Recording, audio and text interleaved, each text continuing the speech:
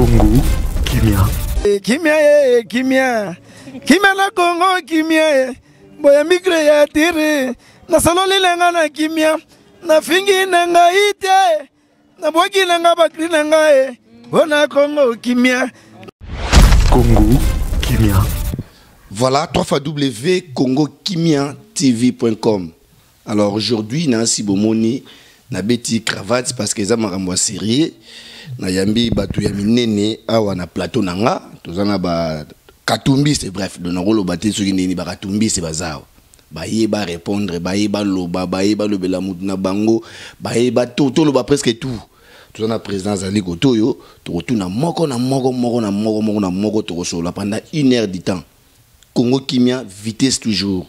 Donc les news de stars, préparez à Royamba émission ou préparez à publier émission parce que Ekoyinda, tout na bitumba ou les gars qui na Switzerland, ba beta ki nani azwa ki lumbe. Est-ce que bitumba ngwe komi susu ya makofi?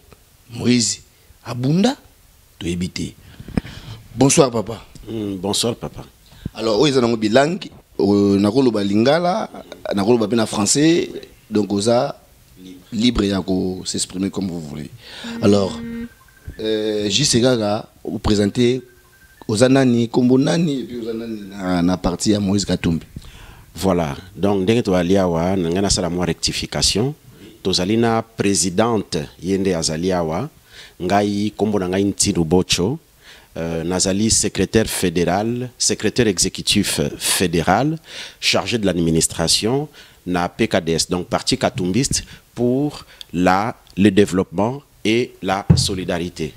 Donc, Yangoana.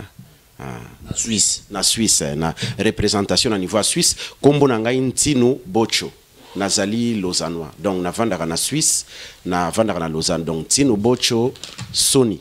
Voilà, pour les intimes. Merci. Merci, président.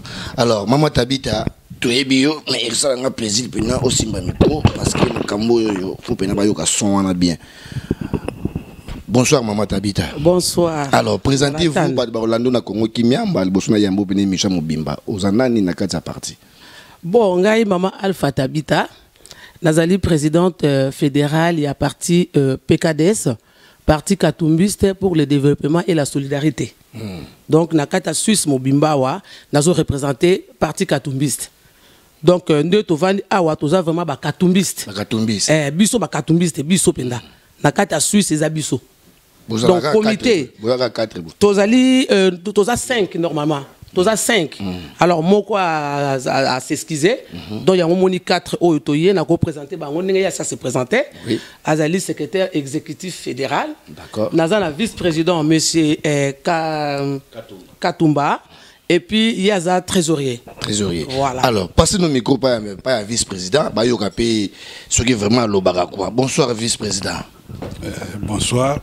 Merci, Manhattan. Oui, merci. Merci de notre déplacement.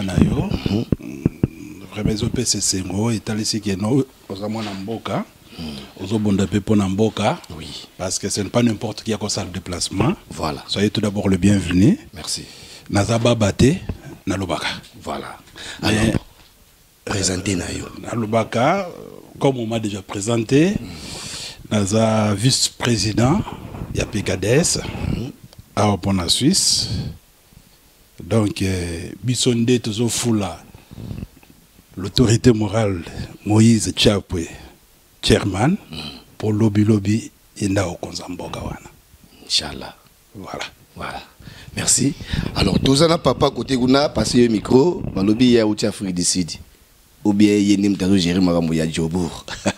Mbote na papa. Mbote. Alors, présentez-vous, caméra Talayo. Bon, on a rectifié le Cameroun, on a outil Afrique du Sud. Non, ils ont un poteau. Ouais. Voilà. Donc, Nanazawa, Nazali, trésorier, Ndenge Mama, outil Koloba, il y a PKDS, Awa na Suisse. Donc, Bisonde Tozo Simba, Makambo Nyonso, il y a Suisse Awa, makambo nyonso ya Katumbi ezali nde biso 100%. Donc nakoloba pe na Swahili nasema hivi si njo bale bantu tuko nafanya kazi ya Moïse Katumbi hapa Suisse. Voilà. si ndo tuko na chunga mambo ya Moïse yote ya parti ni si ndio tuko na representer Moïse hapa. D'accord. Donc hakuna mtu mwingine, hapana shi hapa ni mpaka shi, hakuna mtu mwingine. D'accord. Et c'est tout. Mimi naisha pa. Merci Marqué na yoki te me batu yo bazu landa yo bayoki. Biso lingala. Alors tozongi na président koto yo. Président, message za nini pour na Moïse Katumbi? Bon, encore une fois, Nazali secrétaire exécutif fédéral pour toute la Suisse. Donc, tous en a 26 cantons. Nazali chef yaba secrétaire Nyon soya 26 cantons na Katia Suisse, na Katia PKDS. Voilà. Alors, message Ezali Boy. Avant, on a fait sa message Nangaï. Nalingina saluer très chaleureusement notre chairman. Il y a solo tout le monde a régulièrement, mais cette fois-ci, je pense que Tozali na Katia, il y a Babenga Onini, il y a Suisse, il y a Zali na niveau à Liège, et Nalingina saluer chaleureusement na moment oyo. Nalingi pena saluer nani président Nabiso, comme on a Dieu donné Dikita. Azali na Liège, hein? Donc en tout cas, on a salué chaleureusement par rapport à Moussala, Azali Kosala. Parce que Moïse Katumbi, Azali très haut, Azali na Nabiso, autorité morale Nabiso, mais na Sénaït, Azali na président, un président. En tout cas, on a rendre hommage na moment. Alors, message Azali Boye. Au moni, toponi Moïse Katumbi. Ndenge toponi Moïse Katumbi to yebi, raison Azali. Premièrement, Azali mwana na biso, mwana ya Congo. Donc ça, c'est inéluctable. Il n'y a pas de discussion parce que abotami na kashobwe. Hein, d'accord? Kuna na katanga. Et yendenga Azali wana, Azali petit-fils ya roi Msiri. Ozomone, hein? Azali petit-fils ya roi Msiri. Donc, toloba, la fille aînée ya yanani ya roi Msiri ya mukonzi wana nde Azali grand-mère ya Moïse Katumbi. D'accord? Maman na ye Katumbi Chapwe. D'accord? Azali congolaise. Omoni? Azali congolaise. Ye moko abotami na kashobwe na bord ya lac Mwero. Omoni, hein? Donc toloba clairement ngai moko ngai ntino bocho na botami na Barumbu. Bana ya Barumbu ba yebi ngai na kolobaki na botama na Barumbu na koli na Barumbu na tangi na école armée di Salimu tutu avandi wana ayebi ezate lokola batu mususu abotama kote moko boya suka mboka batu ba yebi pena tete ezali clair. Ça c'est une chose. Et par rapport à Moïse Katumbi, pourquoi Moïse Katumbi? Parce que c'est, si on veut, le seul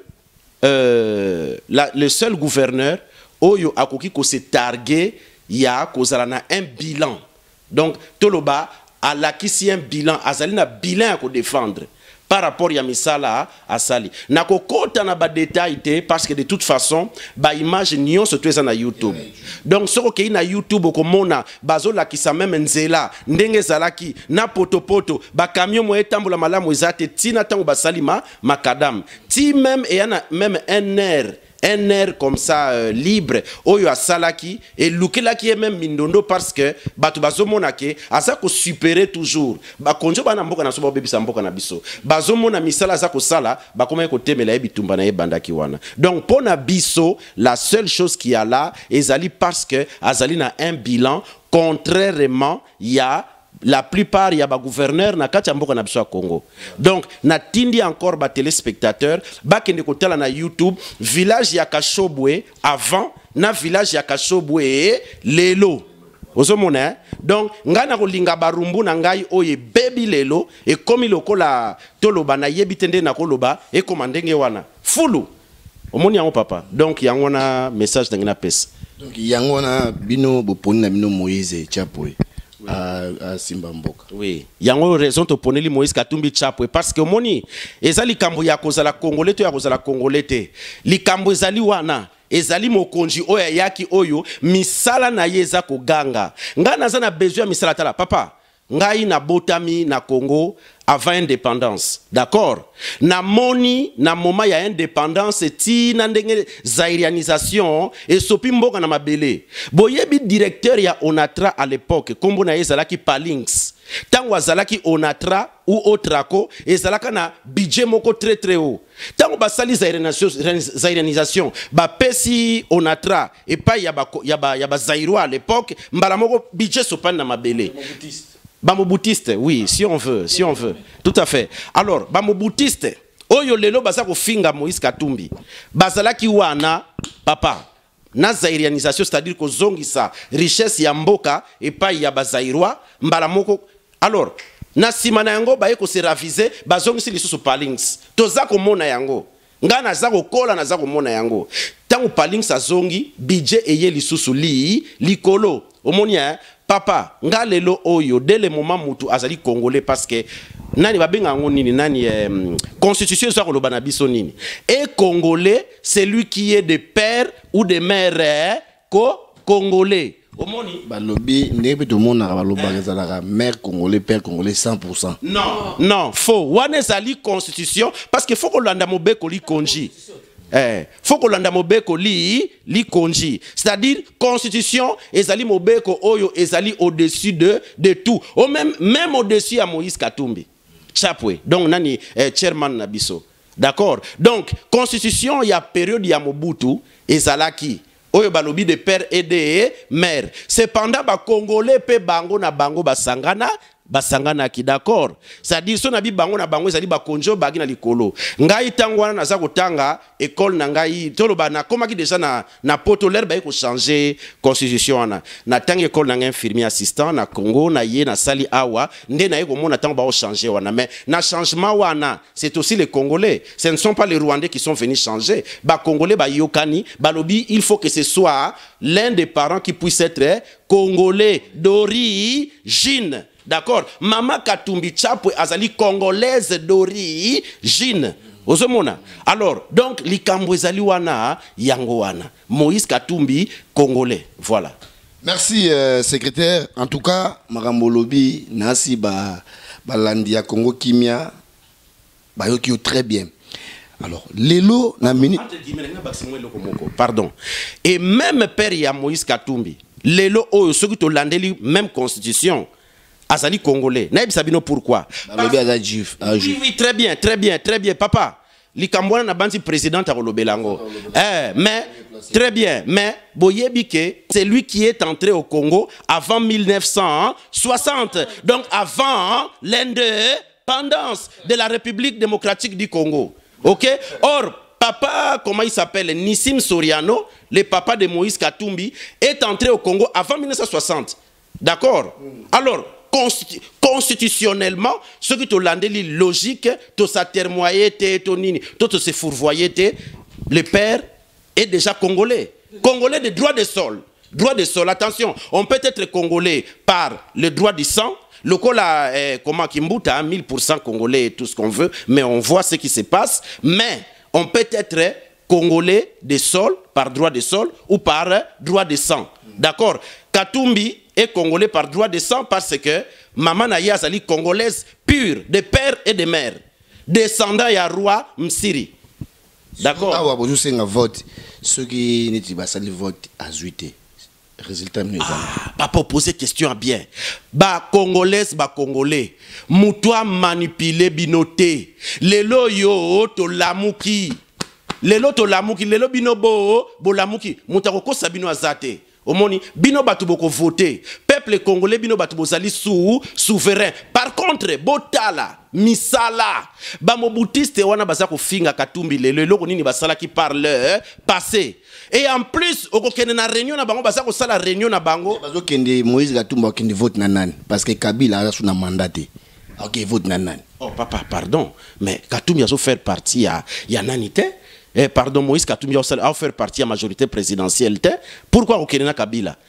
Katumbi a kokende na vote na ba leader mususu congolais bazali belé. Leader Zatel.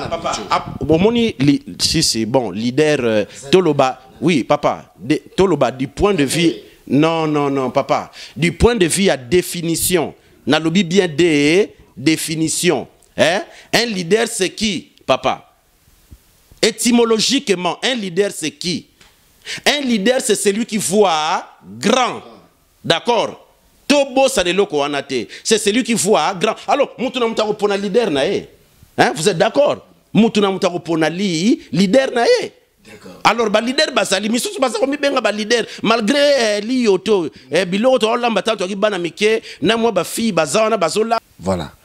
Na minchoyo tolobela Moïse Katumbi. Aote ko sala conférence na Afrique du Sud. Alors, yoza mieux placé à expliquer biso nini leki kuna parce que tout le monde na sima awa ba tout ba basali ba vidéo belé ba fingi ba lobby trop. Ba lobby vraiment trop. Vous avez mieux placé à expliquer peuple congolais ba Hollanda yo. Et leki nini kuna makamuni ya lobby.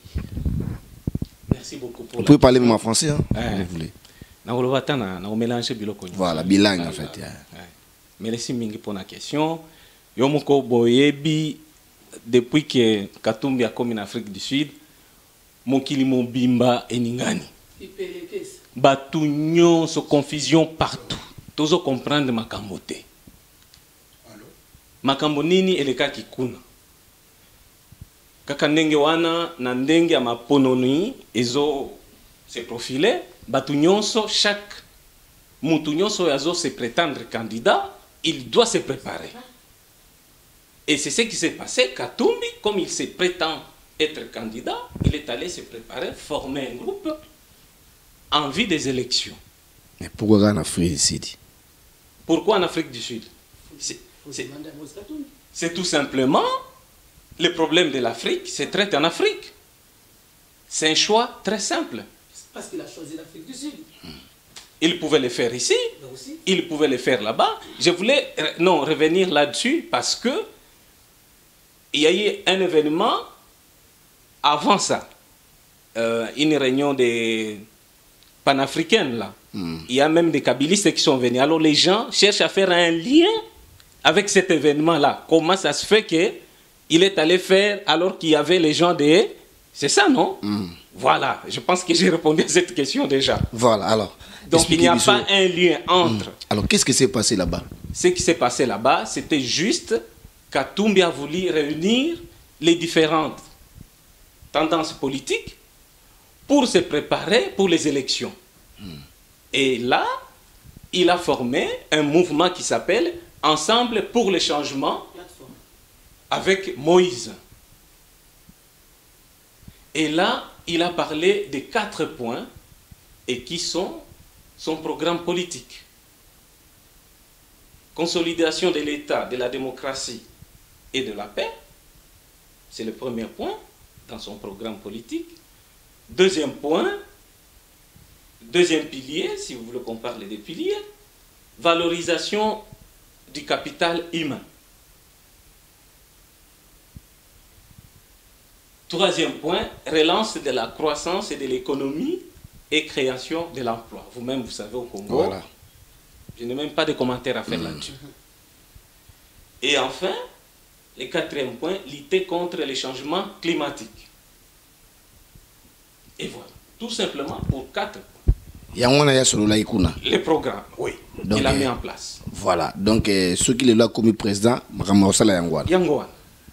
Et puis il a, entre autres, non, il a parlé sur le montant où il y a 100 milliards. Il faut le dire aussi. Oui, c'est au niveau des relances économiques.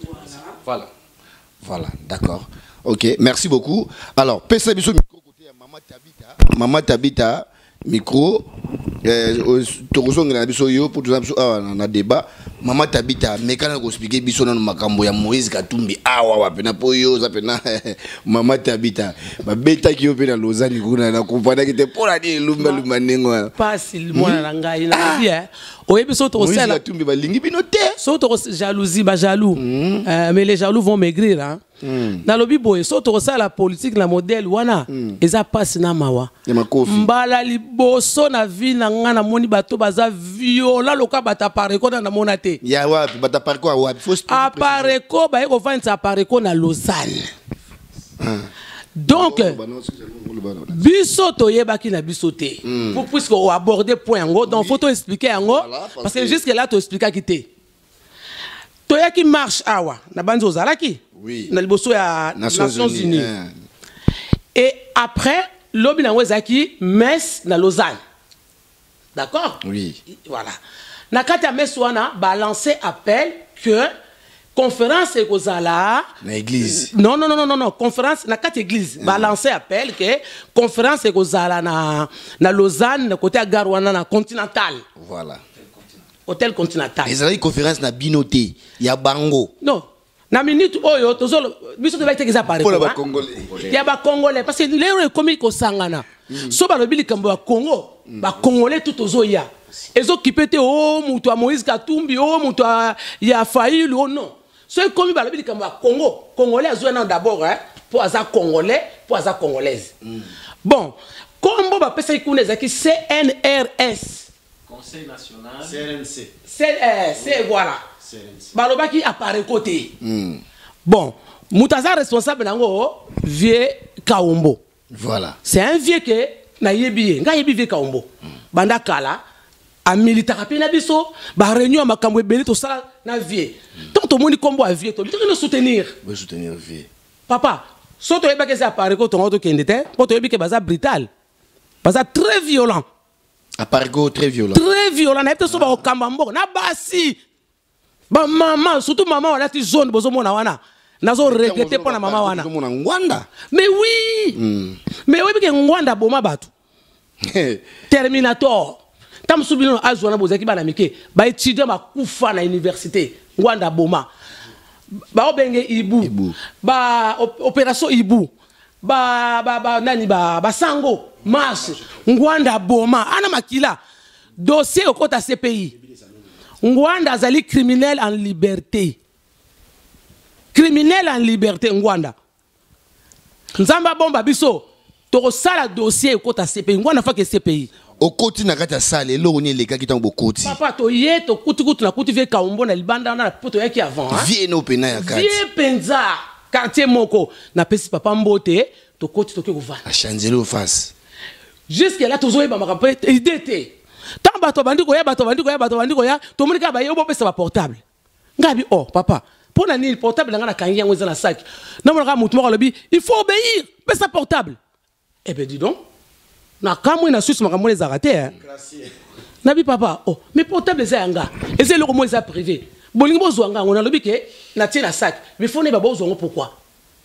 Ote moko expliquer biso gentiment te moni pendant la réunion bato musu bazwa ba image bazo tinda na aner. Pour la mesure de sécurité, il y a un tour portable. Donc, dès que vous avez salle, soko koti kaka ba bazu portable. Donc les gens ne vont fonctionner pour l'air va filmer, car va filmer. Depuis na mon vidéo donc ba bino beaucoup filmer donc tant pas tout sur moto na salwana, bazu biso portable. De stratégie na bango. Voilà. Ndès que tant to moni ba to bandiko ya, to moni ba odombo ba ye to ce qu'on a dit attends muso ba inviter bango. Papa jusque là na to yeba te ke makama pareko. Tant ce que ba pesi biso ba fei. Il y a programme. Baboya qui copie sa biso le point d'ordre à l'avance. Voilà. Tant on soit pesi ba fei, ndé to ko mona ba komi. C'est normal bino boza bata Moïse bango baza pareko boyo kana te. To yeba kete. So to yeba kinga lebete ke nzoka ne vie Kaombo, akoma muto apareko. Papa, ozoloba molimo ya Congolais, to boyite Congolais, mais Congolais azana séparation na minute oyo. Tant ozoloba Congolais, oui, eza idée malamu. Parce que so comme na place lelo, na moni mama kambe ke liboso. Moïse aza Moïse. Nani Ngwanda aza Ngwanda, mais boyoka na gate me. Ozaka na molimo koloba boyoka ni Congolais, molimo ni wana. Ya Moïse. Elo ngana ngana lobe ya liboye. Omoni biso botala bien. Banda na autorité morale na biso ti na biso moko to finga kate jamais ti président azakoloba boye azakolobela ba fait atikali ko finga te to abimisa ba propos ostensiblement diffamatoires et pas ina biso ezalaka te et puis to inaka batu te botala Moïse tango yaki na Genève tango akomaki na Genève kangiseki Justin na kangiseki ndeko na biso combattant na Zurich a bete fimbo. Non papa Justin a lobaki clairement que à l'époque d'accord à salaki attaquaki nde Moïse. Excusez-moi, parce que oui histoire on a bien été. Je peux expliquer quelque chose. Expliquer vite fait encore aux apéga Kotoyo, aux apé président, aux apé bon vice-président. C'est pour éclaircir ça qui Justin a joué qui fimbo. Ce n'est que normal. Comment ça? Comment ça? Bino bata Moïse boza violenté balobi. Période Moïse ayakiawa na Zurich. Azalaki na kawana. Vous comprenez? N'avait pas compris ce que c'est que l'homme a changé bongo. Si je regarde le défunt père Waza Lelo, tu le bakundite à où tu as quelque part un père qui ne connaît pas l'histoire et qui savait que Tshisekedi Lelo a comme ennemi farouche juré. Il y a Mobutu comme il s'habille sauté pour faire comprendre que non, voilà ce qu'on appelle l'état des droits. Vous comprenez ça? Tous les gens disaient ça, collabore, il y a Mobutu na bateau, bakenda okuta na Guado et tout. Mais Tshisekedi Alaxi Moussala. C'est ce qui s'est passé aujourd'hui avec Moïse. Nathan et Justin Zolingolo Bawana, bien sûr, tout le monde était contre, comme tout ça, contre les lots, na pouvoir en place. Vous voyez? Mais Moïse n'est pas de ce côté-là. Ça a changé. A changé à celui qu'on a eu. A tali intérêt à peuple congolais. Mais comment je peux continuer dans kata poto boy? Vous voyez le problème? Et le peuple souffre. A Tomoni Moussapi. Il le laissait la dure. Penalty. Mi balé le quota. Mais il y a mis ça de ça et kokotate. Et tu le penalty quotité. Vrai ou faux? Ba pousser en peu balongo même na place ba tia penalty ba tia pembeni. Voilà. Mais emoni pototé. C'est-à-dire que cet homme-là continue. Voilà.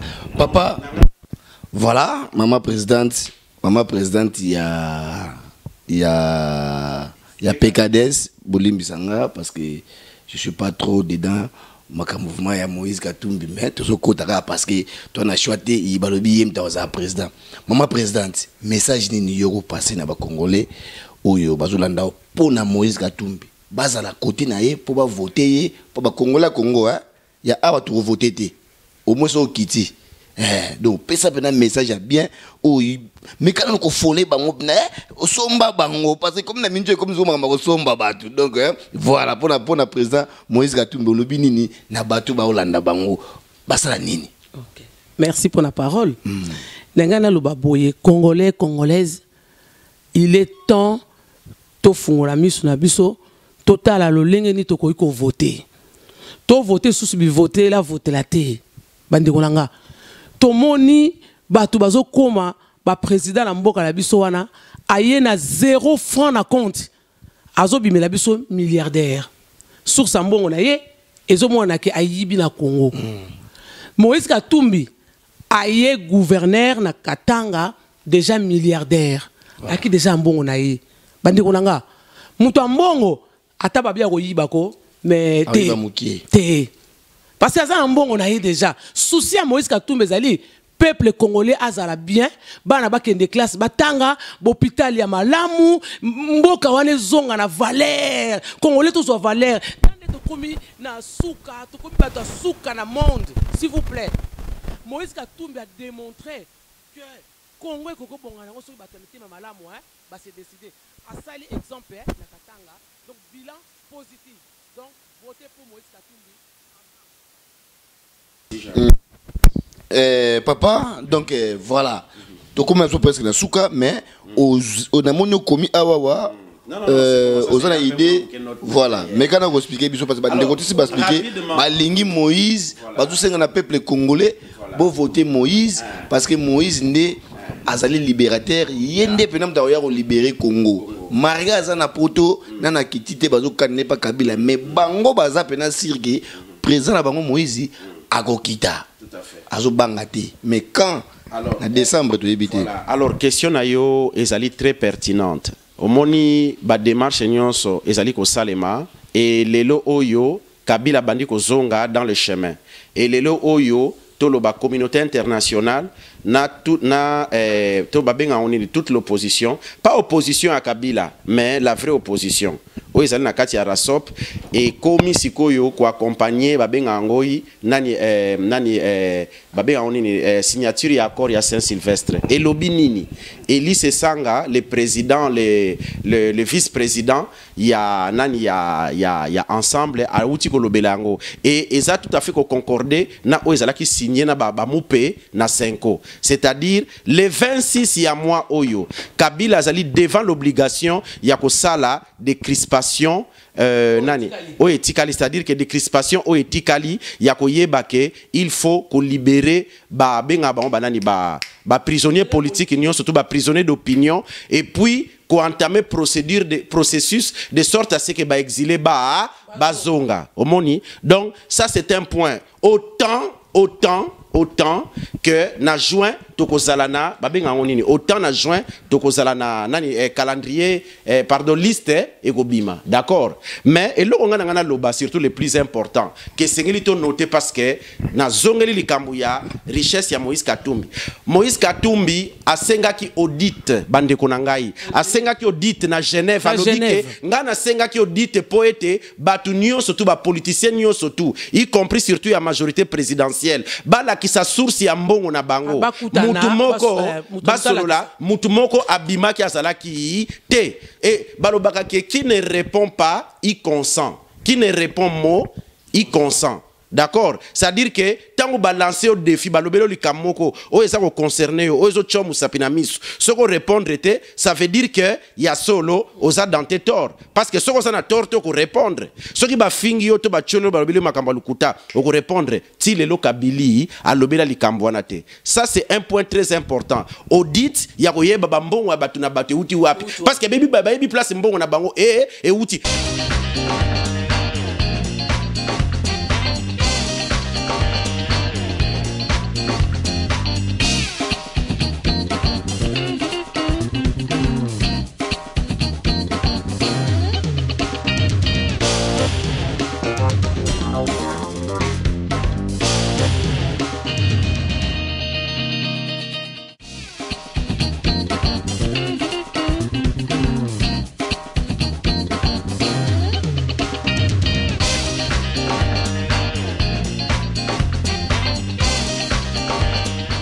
Par contre, Katumbi azali sur na mbongo na ye et utie papi yangona senga ki audit wana. Donc koto na zolo babo sala Moïse Katumbi confiance, parce que mbongo na ye ezali ya honnête, ezali ya makilate. Donc par rapport ya ba votation ndenge toza koloba lelo oyo yangona to uti na Genève na lero yo to uti ko gangi la bango tango bazobima musala tozo gangi la bango ke baza complice par rapport ya makambo za koleka na Congo, basi na biso violé bande ko na biso bazobo mama peuple za okufa bazali complice. Donc to kutani wana to leka ki ata 30 te totika makambu wana. Donc to récupérer d'abord mboka élection ko ya, mais to ko continuer pression toko lemba te, faut to continuer pression. Ngana lingina mona 1000 2000 personnes ba kurde depuis babanda ko ya un mois yangoyo ba yaka mikolonio so to trouver bango lisusu biso ba congolais to lingo ya te to tike loko wana. Merci beaucoup Maman Tabita. Vite fait question moga mo kekeye donc ya mo ke Moïse Katumbi balobi mwasi naza rwandaise. Vite fait Maman Tabita qui n'onga moukousse. Au moni point wana penza papa nanga merci. Question wana ndeko biso moko Suisse atuna corriger tout de suite. Elle est burundaise. Tika sana répondre te, nazo répondre en autre. Ndenge batu balobaka. Yes comme ta baloba so za burundaise ou pas. Il a posé la question, je vais répondre. Mbana munora batu la rwandaise. Voilà. Donc Moïse Katumbi question wana ba poser ki yango na Genève, batala na YouTube ezali. A répondre que sa femme est burundaise. Asa burundaise. Papa na belo moko moni ba congolais, toi mi te mama be. Na ngina poser question moko na Congo Brazzaville, la première dame asa mboka ni. Ya Congo RDC, mwana mama poto. Mwana mama poto. Congo RDC, yé mutazali première dame na Congo Brazza. Est-ce que vous mona ba congolais à Brazza ba finga mwa pour tout ça mal éduqué boyko. Hein? Écoutez, tant Moïse Katumbi ayeba na mwasi na ye, ayeba te ka okoma na ambition politique. Hein? Abandaki na mwasi na ndenge mu jeune garçon nyonso akutani na mwasi alingi ye babando bota ba na bango. Siko lelo po alinga poser candidature. Aboya mwasi na ye. Hein? Ba Rwandais baza ba voisin na biso, ba Rwandais no so bazaka mabete hein. Et ça minorité moko boye ba tuti o ba osala ba aventure yo. Mais tous les Congo zinga Congo tozala ba voisin. D'accord? Nous sommes obligés ya kovanda na ba voisin wana. Mais to tika motema ya mabe na Congo Brazzaville, la première dame, elle est de notre pays. Pone bolobela ngote.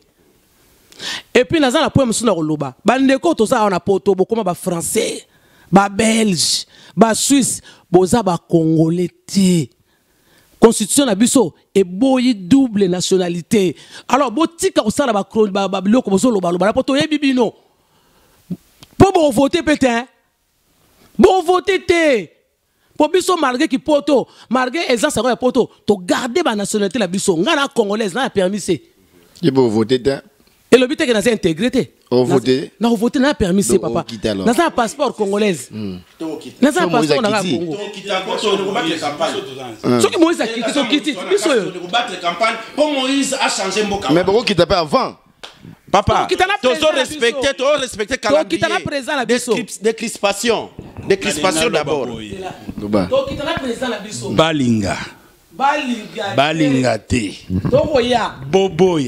Boboya te. Tozoya. Tokita. Comprends. Tozoya. Mais si on change de nationalité, désolé. Omi yebela. Yebela. Article ngopé na bombia. Na zo boa ke leote mais omi yebi place. Biso to kende. Moïse Katumbi président ensemble. Double nationalité na yo to yebi yango. Faut comprendre. Yango nde ozo oya na ba trouble. Na diaspora Congo ko kapé ko loba komboté. Na ko loba komboté mais ba miyebi. Ozo banga. Manatan. Tu peux na zo loba. Tozo banga te faut respecter loi parce que soko tangi kombo bako traduire pe na justice et continue na cadre de diffamation. Voilà. Merci Lobanayo, vite fait. Tu peux na zo loba. Ba miyebi s'il vous plaît. Ba miyebi. Vous comprenez ça? Biso tozo kita. Candidat soit quitté. A déposé candidature là. A eu carte d'électeur. Tous eu carte d'électeur. Tous kita. Voilà na décembre hein. Toko yebi so date te. Pour yebi so bo yebi so ba kabili ke no ba tongo ba so ke ça la date. Vote en novembre. O linga po pas que nous Vote en novembre. Non, tous kita. Depuis le kita moi zanga date.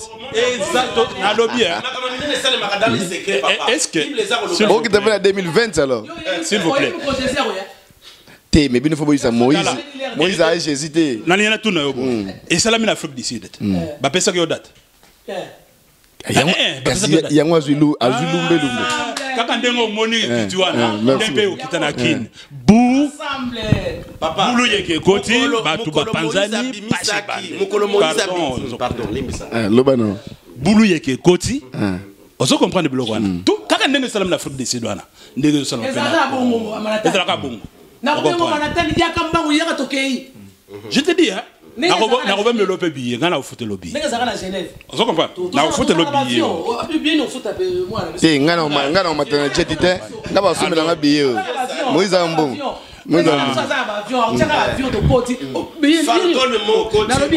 Papa, c'est là nano. Bien ni yo foute la manatane. Biso to na ba avion. Na yibi to na nyon. To na ba avion la biso président oti avion. Tokoti, tokei. To muto la babo biso to ba na poto. Biso nyos to ba na poto. To vivre na pays de loi. Donc bino bozo finga Moïse Katumbi. To pesa ba juge misala. Biso to finga binote. Mais boye bango, to pesa ba juge misala. Mususu bozala ba sursis hein. Misu bozala ba sursis. Toyebi yango. Keba basi batika yoka une fois. Batika le tour moko. Biso so ba na poto. Fingi Moïse Katumbi biso to finga te mais to pesa ba juge misala. Surtout ya susu ya bokeba.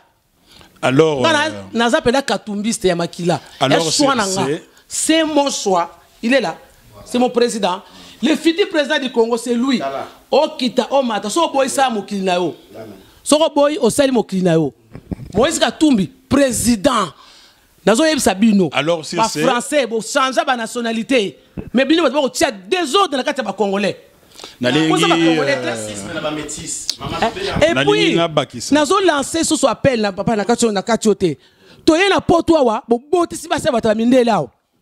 Pona bo mo likamba mon kanda oyebi ngoti nazo loba note kasi yoti mon kanda oboti ba métis awa lelo boko mo juger bana ba métis ngana na koko métis na ndako fona lité oyoki ngana koko na nga métis lobi Congo esape ya koko na nga wana oyoki boboti awa et puis tant bozolo ba solo wana bino wana batu mai se mai tilelo boka la se mai minduki nga se mai tilelo ba soda se mai to so mona kaka te ti boleba mbonga batu kana se mai mais to lobi eloko moko boye tant bozolo ba masolo ya Moïse Katumbi ça meti ça boye bona bana ba meti na ndako ba yoka bino bozo traumatiser bana na bino désolé faut botika ce n'est pas bien parce que bana to boti na mindele asko to bala boni to ko basko ni na bana mindele to boti aba meti to tondisi liko na monkanda ozo sala émission na ndako za ba metisi misatu mine papa ozo ka soni teta ozo finga metisi aza meti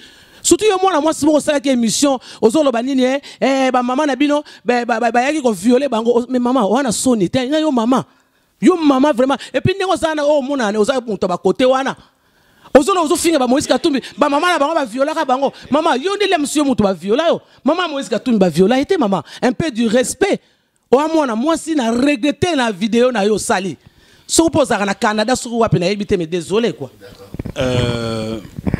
sur ce penalingina bakisa toza pona ko finga te mboka na biso ya na libulu il faut ebima et monana mon frère nena ba place à musala auto sala kana bandeko na biso ya ba africain un congolais ya tawana ya tan ya Zaire pe na lelo nde bazo mona biso toza na soni mais mboka il faut ebima na libulu mboka ebima na libulu et sengio journaliste manatana ndino zawana Congo Kimia TV Kimia TV esengi ngai esengi biso banso to sangana ensemble yango nde omoni conclave wana plateforme wana esalemi famille Katumbiste ebimisi eche yango porte ezalaki ouverte à n'importe qui oyalingaki akende lelo tenge usimbami ekokota na rasopt balakisi président biso yango.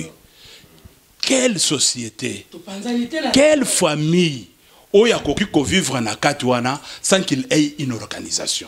Merci. Merci. Azana plateforme te papa. Azana parti te. Azana boina boye. Mais sikoyo sangisi parti evandi, plateforme evandi et comme sikoyo eza problème le sous-souté que ya aiba kimbongo et comme nationalité. Merci. Merci beaucoup. En tout cas, merci beaucoup. 3x Congo Kimia TV.com Nancy Bino Momoyoki débat et l'équipe bien sengi na peuple congolais bo voter Moïse Katumbi parce que bo moni musala to mona musala sana katanga à se brancher na Congo Kimia TV.com check.